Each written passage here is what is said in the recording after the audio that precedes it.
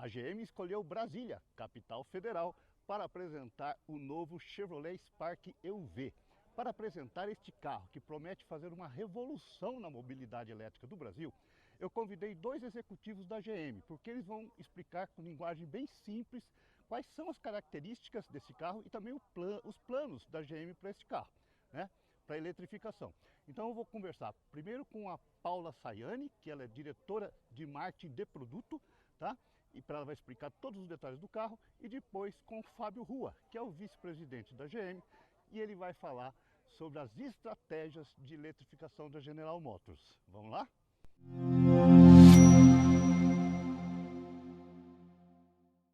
Paula, bem-vinda ao canal Guia do Carro, e eu sei que você tem tudo na ponta da língua sobre esse carro, e a ideia aqui é mostrar para o consumidor que deseja conhecer mais o que é o Chevrolet Spark EUV, algumas características. Nós vamos começar por uma pergunta básica.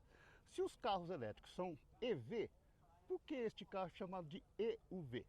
Primeiramente, aí, muito obrigada pelo convite aqui, um prazer enorme estar aqui com você. E é uma pergunta bem interessante. EUV porque é uma característica que a Chevrolet juntou o SUV com o veículo elétrico. Então, os SUVs elétricos da Chevrolet são aí chamados de EUV. Tá, então você está me dizendo que esse carro é um SUV elétrico. Agora, para ser um SUV elétrico, ele tem que ter algumas características. Você pode me dizer quais são as características, por exemplo, de ângulo de entrada, ângulo de saída, para o carro conseguir passar por alguns obstáculos?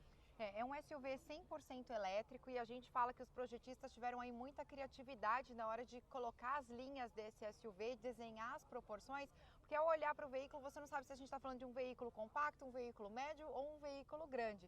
Então ele tem proporções realmente interessantes. E por se tratar de um veículo elétrico, a distribuição dos eixos ali das rodas fica mais na extremidade do veículo, com o que faz que a gente tenha aí ótimos números de ângulo de ataque e de ângulo de saída também, que vai facilitar muito a vida do nosso consumidor a ultrapassar obstáculos aí na cidade. Tá, se eu não me engano, o ângulo de ataque, que é o da frente, são 22 graus, alguma coisa assim. 22 graus e o de saída 32 graus. Bom, então esse carro me parece ser um carro prático para você andar em lugares ruins, ruas esburacadas, passar em rampas, a ideia é essa. O Spark, ele teve, apesar de ser um produto global da Chevrolet, ele teve um trabalho da nossa engenharia local. Foram mais de 150 mil quilômetros rodados para que a gente pudesse testar todas as condições realmente da nossa região. Então, desde condições climáticas, como por exemplo no Peru, a altitude na Colômbia e o trânsito intenso e as ruas aí desafiadoras que a gente tem em São Paulo. Então, o consumidor não vai ter problema, porque esse produto foi preparado para o nosso mercado. A Paula é vendedora, né, gente? Mas eu não estou aqui para vender o carro, estou aqui para informar. Seguinte, eu já dirigi o carro e eu senti que a suspensão ela é mais durinha. A ideia é essa, o brasileiro gosta de uma suspensão mais dura, porque os carros chineses eles têm uma característica de serem mais moles, né, Paula? Mas se for mais dura, isso não tira o conforto? Não tira o conforto. Esse produto ele tem uma suspensão que a gente fala que é uma suspensão mais firme, adequada ao nosso terreno, que vai trazer um conforto maior para quem passa mais tempo ali dentro do veículo. Tem gostos, né, de consumidores, mas a gente vê que a preferência do brasileiro é por um carro mais firme, um carro que você tem mais na mão, que não tem tanto aquele jogo que chega a ficar cansativo quando você passa muito tempo dentro do carro. Tá bom. Ficar dentro do veículo. Vocês fizeram um carro que tem proporções boas e ele é bem alto, assim, para quem está na cabeça, ele tem mais de 4 metros de comprimento, né? Agora, ele só é homologado para 4 pessoas. Por que 4 pessoas e não 5, que é o normal, Paulo? O Spark ele realmente tem um espaço interno, essas proporções que a gente fala do exterior, elas se traduzem em conforto e espaço no interior. Por ser um SUV, também tem a altura do veículo, que a gente chega a ter quase um palmo, em torno de 10 centímetros de espaço, que dá uma sensação de bem-estar maior. O veículo é para 4 passageiros e a gente tem dado que esses SUVs de uso urbano, o consumidor, o público que a gente tá tentando atingir com esse produto são jovens famílias, 50% não tem filhos e se a gente for colocar todos os filhos na conta, 90% tem até 2 filhos. Então é um produto que vai atender perfeitamente essas jovens famílias que a gente está atingindo aí com esse produto. E porta-malas? Como é o porta-malas do carro? Eu comentei do espaço interno, né? A gente tem 67% da área desse produto, ela é destinada para os ocupantes e para as bagagens. Esse número é muito maior do que num veículo hatch compacto, por exemplo, seria em torno de 55%. E isso também proporciona 355 litros de porta-mala, com bancos rebatidos 916. E ele tem um outro diferencial que não é comum dessa categoria de encontrar, que é um compartimento na parte dianteira com mais 35 litros aí de espaço para você organizar, que seja o carregador do veículo, guardar alguma mochila, por exemplo, alguma coisa ali menos à vista do que no restante do veículo. Ué, mas aí a pessoa que não conhece bem uma técnica de carro vai falar, ué, tem um porta-malas atrás, porta-malas na frente, onde que fica o motor, Paulo? É um veículo elétrico, né? Então a gente realmente tem essa característica do espaço na frente do veículo. E aqui a gente tem um acessório, inclusive, que a pessoa pode comprar para acomodar melhor sua bagagem, suas sacolas, enfim, seus itens aí nesse espaço. O motor, ele ocupa menos espaço, o motor elétrico, né? Fica ali na frente também. Agora, você falou de porta-malas de 353 litros, um Onix, por exemplo, tem cerca de 300 litros de porta-malas, né? E para quem tem um uso urbano, é um tamanho bom. Agora, qual é o alcance desse carro? Eu sei que por alguns outros, por os institutos, por utilização, institutos de fora, utilização normal do carro, dá para rodar mais de 300 km por isso, mas com este carro, com uma carga de bateria. Mas quanto que vocês estão, é segurança para o consumidor de rodar com uma carga de bateria? A autonomia do Spark pelo ciclo em metro, que é reconhecido por ser um ciclo mais conservador, é de 258 quilômetros, mas a gente tem outros ciclos que afirmam aí que o veículo chegaria até 360 quilômetros. Lembrando que é um veículo para uso urbano, a maior parte dos consumidores dessa categoria já fazem o uso de carregamento doméstico, então ele vai rodar aí com tranquilidade, também rodam no máximo 50 quilômetros por dia, uma semana com tranquilidade, sem necessidade de carga. Eu sei também que o carregamento rápido, se você estiver numa estrada ou mesmo na cidade, é de 50 kW, né? A potência de carregamento, e a de carregamento lento é de 6,6 kW. Agora, vocês estão, o cliente ganha algum tipo de, ele ganha um carregador, como que é? A gente tem a opção do carregador do Wallbox via acessórios, mas o veículo ele vem com um carregador portátil que você pode carregar numa carga comum na sua residência, carregar, por exemplo, o veículo durante a noite. E acho que vale lembrar também que no caso do veículo elétrico, a gente está falando de uma autonomia de 258 km pelo ciclo, se a gente fosse fazer uma correlação com o abastecimento de combustível, você teria aí cerca de 50 km por litro. Então o consumidor também ganha no bolso, a gente falando de uma carga a 15 centavos por quilômetro, ele gastaria aí R$ 40 para abastecer o seu veículo, É uma coisa interessante, vocês podem pegar o consumidor por essa questão, não só ambiental, porque o carro elétrico é o único que não emite CO2 durante a utilização, mas também por essa questão do custo. Inclusive a manutenção é muito mais barata porque tem menos equipamentos, menos coisas para quebrar, né? O motor é muito mais simples, enfim, não tem filtro de ar, filtro de óleo, todas aquelas coisas que tem no carro a combustão.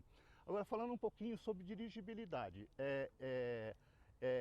o carro tem aquela posição mais elevada de dirigir, né? E ele, como que ele é em termos de potência? Quanto que é a potência dele? Realmente a posição de dirigir de um SUV, ela é o que o consumidor mais quer hoje em dia. Então a gente vê o mercado de SUVs, é um mercado que mais cresce dentro da nossa indústria por conta também da posição de dirigir, é o desejo do nosso consumidor. Esse produto entrega 101 cavalos de potência, mas quando a gente olha só a especificação, a gente pode associar, por exemplo, a um motor de um veículo aspirado, mas aqui, por se tratar de um veículo elétrico, ele tem a entrega instantânea do torque de 180 Nm. Então essa combinação, essa agilidade ao sair com o veículo, né, faz com que ele atinja o seu torque total ali num primeiro momento, assemelha a performance desse veículo a um motor turbinado, por exemplo. Legal. Tá, você falou que tem 180 Nm de torque, agora qual que é a aceleração dele? Ele faz de 0 a 100 em 11,2 segundos. E chega a Limitado a 150 km. 150 km, tá bom, né? Já está até na faixa aqui da multa, né? Paula, mais uma coisa, a questão da bateria, qual é a garantia da bateria? Lembrando que esse veículo tem uma bateria LFP, que é uma bateria reconhecida pela sua robustez, durabilidade, segurança térmica, e ela vem com 8 anos de garantia ou 160 mil quilômetros. Uma coisa que é muito comum e o que o consumidor pergunta, se quebrar, se der uma falha na bateria, como que eu faço? Perco toda a bateria, tem que trocar a bateria inteira, como que funciona isso? Primeiramente, você pode contar, né, com os 8 anos de garantia, mas é uma bateria também que é composta por 126 células. Isso quer dizer que futuramente a manutenção aí vai ser facilitada e poder realmente administrar só onde você tem problema na bateria. Tá bom. Bom, vejo que você está bastante animada com esse carro, então desejo sucesso para vocês aí. Muito obrigada, estamos aí ansiosos para ter muitos Sparks nas ruas do nosso país. Tá bom, obrigado, Paula. Obrigada, muito obrigada. Bom, e agora nós temos aqui o Fábio Rua, que é o vice-presidente da GM. Fábio, que trabalha justamente aqui em Brasília, né, Fábio? Exato. E você está mais próximo, evidentemente, da decisão de fazer desse carro não só um carro importado, mas também um carro produzido no Brasil. Como que vai ser isso? Que notícia boa, Sérgio, que a gente compartilhou ontem aí para todos vocês, jornalistas. Uma conquista da GM, uma conquista do Brasil. A gente anunciou que, em parceria com a Comexport, esse carro vai ser fabricado no Brasil a partir agora dos próximos meses. Já este ano vai ter carro saindo da linha de montagem. Um grande presente, eu acho que para o consumidor, que vai ter agora uma rede de concessionárias bastante ampla, já atendendo, né, os proprietários desse veículo. São quase 140 concessionárias já habilitadas e outras que surgem a partir do momento que esse carro começa a ser vendido, e será um sucesso com certeza. Fábio, eu sei que vocês pretendem vender 1.800, 2.000 carros esse ano desse modelo que é importado. Agora, quando começar a produção, qual é a previsão? Eu já vi falar de em torno de 6.000, 5.200, 8.000. Você pode dar um número para a gente, não? Sérgio, esse é um carro que a gente considera de baixo volume. É um carro que vai ser produzido como complemento de portfólio. Tudo que a gente faz no Brasil seguirá sendo feito nas plantas tradicionais que a gente já utiliza. Esse é um carro que vai ser, como a gente trouxe aqui, feito em parceria com a Comexport. A gente tem uma estimativa de produção no primeiro ano de 6 a 8 mil veículos, o que pode ser ampliado ou reduzido a depender da demanda. Mas para um modelo elétrico fabricado no Brasil não é pouco volume, né? É um volume bom, eu acho. É um mercado que está crescendo, né? Essas novidades estão caindo no gosto do nosso consumidor. A gente tem um grande diferencial, que é a credibilidade da marca Chevrolet. 100 anos no Brasil, com uma rede de concessionários de 600 praticamente concessionários prestando assistência para esses, como eu disse, um pouco menos no primeiro momento, mas com expectativa de crescer rapidamente. Agora, você falou em Comexport, explica para o público que não sabe o que é Comexport, onde fica, o que ela faz, como que vai ser isso? A Comexport é uma grande trading company, uma empresa especializada em importação de produtos dos mais variados. São eles os responsáveis pela importação de todos os nossos veículos até agora. Temos já uma relação bastante próxima com eles e agora estamos contratando, eles já têm isso. Eles já oferecem para algumas montadoras um serviço de montagem de veículos e eles vão fazer isso para a gente numa planta que eles hoje são os proprietários no Ceará, que é uma planta multimarcas, a PACE, né, planta automotiva do Ceará, e que hoje começa como com a Chevrolet, com a General Motors Chevrolet, como seu principal cliente. É onde fabricava o Troller, né? E agora também vai passar a ser fabricado produzido pela GM. Agora, o que vai ser um sistema CKD, SKD? Como que vai ser isso? A gente começa importando esse veículo, né, semi-desmontado, tá, e faz a montagem final. Que é o aqui. SKD. É o SKD. Tá. Né, e já faz a montagem final aqui, com perspectivas ao longo do tempo. A gente já tem uma rede extensa de fornecedores no Brasil inteiro, né, de credenciar esses fornecedores para que, a depender, né, e a gente está otimista, sem dúvida alguma, mas a depender, mas estamos cautelosos do sucesso do carro, ampliar o volume de nacionalização e de compromisso com a manufatura dele no Brasil. Vocês decidiram isso em função de alguma lei nova, ou quando vocês decidiram trazer o Chevrolet Spark EUV para o Brasil, isso já estava decidido, essa nacionalização da produção? Você vem acompanhando a nossa empresa, nosso setor há muitos anos, né, Sérgio? Sabe que a gente sempre teve esse sonho de desenvolver carros elétricos no Brasil. A visão elétrica de futuro da GM, ela segue posta, né, em ritmos diferentes, dependendo do país. E no Brasil a gente não tinha dado esse passo ainda. Então esse é o primeiro passo para que a gente possa industrializar de fato produtos elétricos no Brasil. Nós temos o compromisso já assumido publicamente pelo nosso presidente e por mim em outras ocasiões de até 2030 termos aí boa parte do nosso portfólio, se não a totalidade do nosso portfólio, sendo eletrificado no Brasil. Tá, mas essa decisão de montar no Brasil é uma coisa recente ou ela já foi tomada quando vocês decidiram trazer esse carro da China? A decisão é recente, a assinatura Tá. do contrato com a Comexport tem meses, mas os planos para que isso ocorra vêm sendo discutidos há algum tempo. Claro. Você acredita que hoje, com o plano do governo Mover, né, Essa força de vendas preparadíssima para vender qualquer tecnologia que tiver no nosso showroom. recentemente a gente esteve nos Estados Unidos e num dos jantares lá vocês soltaram que o portfólio de carros da GM na China pode ser uma pista para futuros carros. Então, esse pode ser só o começo ou não? A gente tem um hall de portfólio sendo desenvolvido no mundo inteiro que cada vez mais, dependendo de condições tarifárias e de comerciais, passam a fazer sentido avaliar para mercados como o mercado brasileiro. Então fizemos isso com a China, podemos fazer isso com os Estados Unidos em algum momento, com a Coreia do Sul, que são lugares onde a gente tem grandes plantas, né? Por que não ampliar cada vez mais o nosso portfólio? A gente vai onde o nosso cliente quer que a gente vá. Eles pediram o elétrico e aqui está o elétrico sendo fabricado no Brasil. Tá bom. Muito obrigado, Fábio. Valeu? Parabéns, Obrigado. sucesso.